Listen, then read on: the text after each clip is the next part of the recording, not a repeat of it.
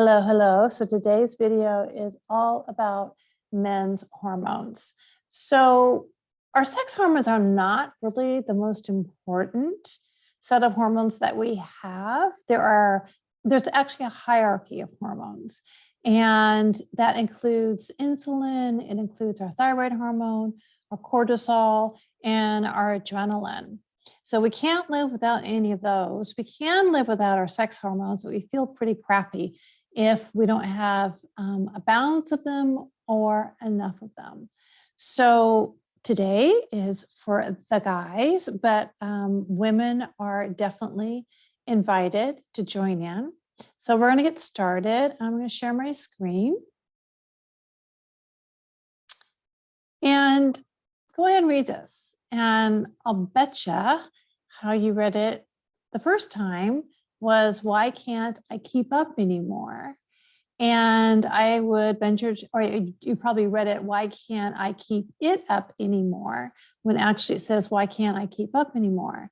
And actually the two go hand in hand, because usually when men can't keep it up anymore, I guess I can't say we, but when men can't keep it up anymore, they also can't keep up anymore. And this slide, actually, this picture was taken from the cover of a book, and I forget who the author is, but she actually wrote all about this. So you can Google that if you're so inclined. So let's talk about this a little bit. So low T, we're going to talk about that, low testosterone, and how it affects your overall sense of well-being. We're going to talk about whether or not it's natural or a normal part of getting older.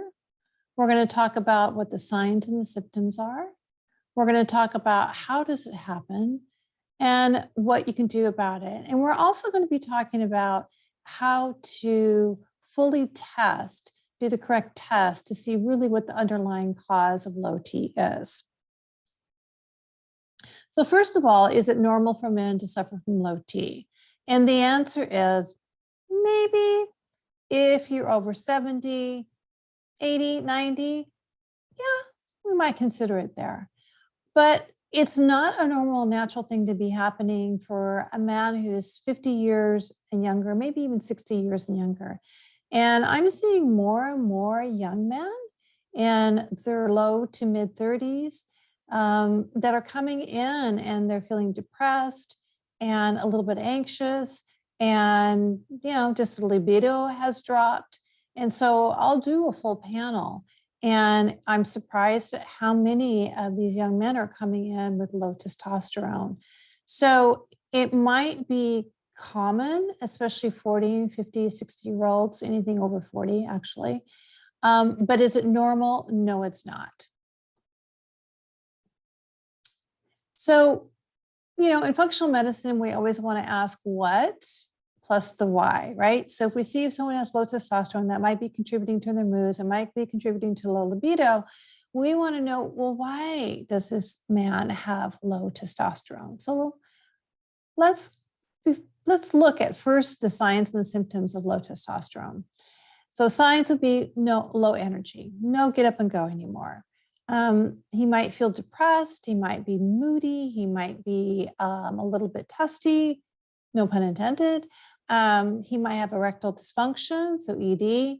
He can't put muscle on, he's losing muscle, and he's feeling overwhelmed, just too much is happening. And he's lost interest in the things that he used to want to do and love to do. And he also may have a hard time sleeping. And along with erectile dysfunction might be low libido. And you can have low libido and not have erectile dysfunction, but they often do go hand in hand. So let's look at some of the causes, like how does low T happen? Well, first of all, look at this man's gut that he's cradling with his hands. And that would be actually a really good start here, because when we have excess visceral fat like this, where it's around the organs and we see it around the belly here, we will produce more of an enzyme called aromatase. And what aromatase does is it actually converts testosterone into estrogen. So lots of times, if we're really looking for it, we'll see that testosterone dropped a little bit, but estrogen is becoming elevated a little bit. So that would tell me that there's more of that enzyme here, and we can actually take a supplement to block that. But more importantly, we can take lifestyle and dietary measures to also change that as well. So these are the common causes of low testosterone. We've got prediabetes. And I put prediabetes because doctors will often say that you're kind of pre-diabetic and maybe you don't have diabetes yet. But if you are pre-diabetic, let me tell you, you're on your way to diabetes. And we're already seeing some symptoms as a result of that. So maybe your A1C hasn't gone too high. Maybe your fasting glucose isn't off the charts yet. But if we keep on going where we're going, it's going to get there. Overall inflammation. So we can have inflammation coming from your digestive system. We can have it coming from stress. We can have it coming from an irritable bowel, which could be digestive system as well.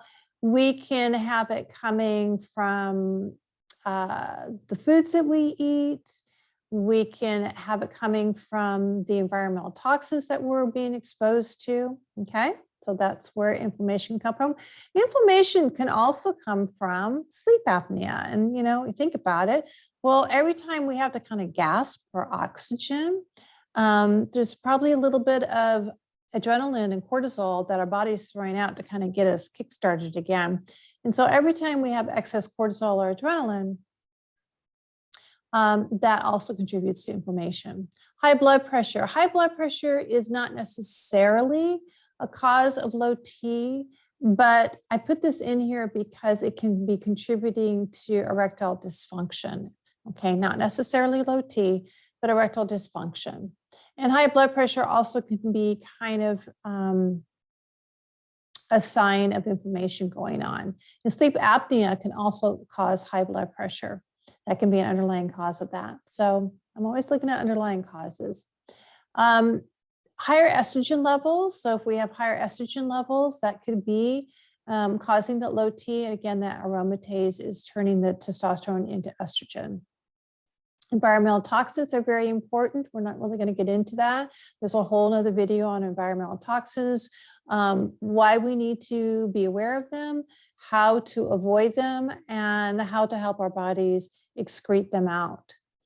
And then the last one here is medications. And there's a variety of medications that can interfere with our hormones. But the biggest one is statins. And statins are given out like candy. We are definitely cholesterol phobic. Doctors are too. And there's such a downstream of different things that happen to men in particular that contribute to low T. And one is statins can contribute to losing muscle mass, and muscle mass helps to hold on to testosterone. The other thing is it just interferes just with that, the whole process of making that hormone. So another one that I didn't put up here as I'm talking about it, about how low T happens is not a lack of exercise. So a lack of building up muscle and maintaining muscle. That is really, really huge, not only in maintaining our testosterone, but also maintaining our life expectancy and our quality of life. So there's been some studies that measure quality of life and life expectancy as it's related to a person's muscle mass. And there is definitely a correlation. So this is another reason. So keeping the body moving is really, really important. Okay, and stress. Stress is a huge inflammatory marker or causation. And stress also helps to put down the belly fat here, that adipose tissue right here in that belly, which can create more of that aromatase. Okay, causes of low T, we already kind of went through that. And then the causes of those causes. So we're going to look at the causes of the causes. So diabetes, what causes diabetes? Diabetes is caused by your food choices, all right? A carb is not a carb, a calorie is not a calorie. You have to learn about that. And we have another video on that. It's caused by stress. So stress hormones can affect our blood sugar, our glucose levels. Body movement, I already mentioned that, how important that is. We have to keep the body moving. That also makes our cells more sensitive to insulin, which is going to be taking the glucose out of our blood into our cells. Diabetes is also indicated, not caused, but indicated by elevated triglycerides, and triglycerides is part of a lipid panel, cholesterol panel. Fasting insulin is a measure of how well our body is doing metabolically. And we need to measure our fasting insulin and make sure we're monitoring that, or we're going to turn into being a diabetic. Sleep is really, really important for preventing diabetes. And again, that is partially because it reduces inflammation. That's when repair happens, as well as it just lowers our cortisol levels. Okay, inflammation, I mentioned that. So what's the causes of inflammation? Food, stress, gut health, sleep, cortisol, too much exercise. Okay, we have too little and too much. High blood pressure. What causes high blood pressure? Stress, low magnesium, food, inflammation, elevated cholesterol. Elevated estrogen, what causes that? I already mentioned that. Belly fat. Genetics can be a predisposing factor. Stress again, food. Are you kind of seeing a pattern here with food and stress? Elevated cortisol, what causes elevated cortisol? Stress, inflammation, diabetes, food allergies, the wrong kind of food, lack of sleep, blood sugar, and dysregulation. And then poor sleep. What causes poor sleep? Well, stress does, too much screen time does, too little body movement, a poor diet, sleep apnea, snoring, and alcohol. And then I already mentioned medications, in particular statins. So these are the causes of the causes. What are the benefits of optimal testosterone levels? So we have kind of a sad looking guy over here to the right, and he's always kind of tired. He wants a nap. He will also have an increase of Alzheimer's and dementia.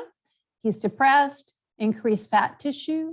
So if our testosterone goes down, we'll have more fat, and it becomes kind of a vicious circle here. There's the increased risk of low ED and low libido, increased risk of osteoporosis. And I don't think many of us think about men and osteoporosis. It's more something that we see in women a lot more, but it can also happen in men. So here's this guy over here on the left, and he's got a sharp mind. He's competitive still in his work, in daily life. He feels confident and happy. He's fun to be around. He has increased muscle mass. He has a healthy heart, a strong erection and healthy libido, and plenty of energy and strong bones. So, I mean, which one do you want to be? Obviously, we want to be the man on the left. And I really do believe that most men can be this man on the left. It's just that we have to dig down a little bit and find out exactly what's going on. So, most doctors do not test properly for testosterone levels. So sometimes we'll get total testosterone, and sometimes we'll get that along with free testosterone. And that's it. This is all they do. So that tells us where your testosterone levels are, but it gives us no clue as to why they might be low. Okay. So I like to measure estradiol, right? I want to see, is the testosterone low and is the estrogen a little bit elevated? That tells me we've got a problem with that enzyme aromatase, right?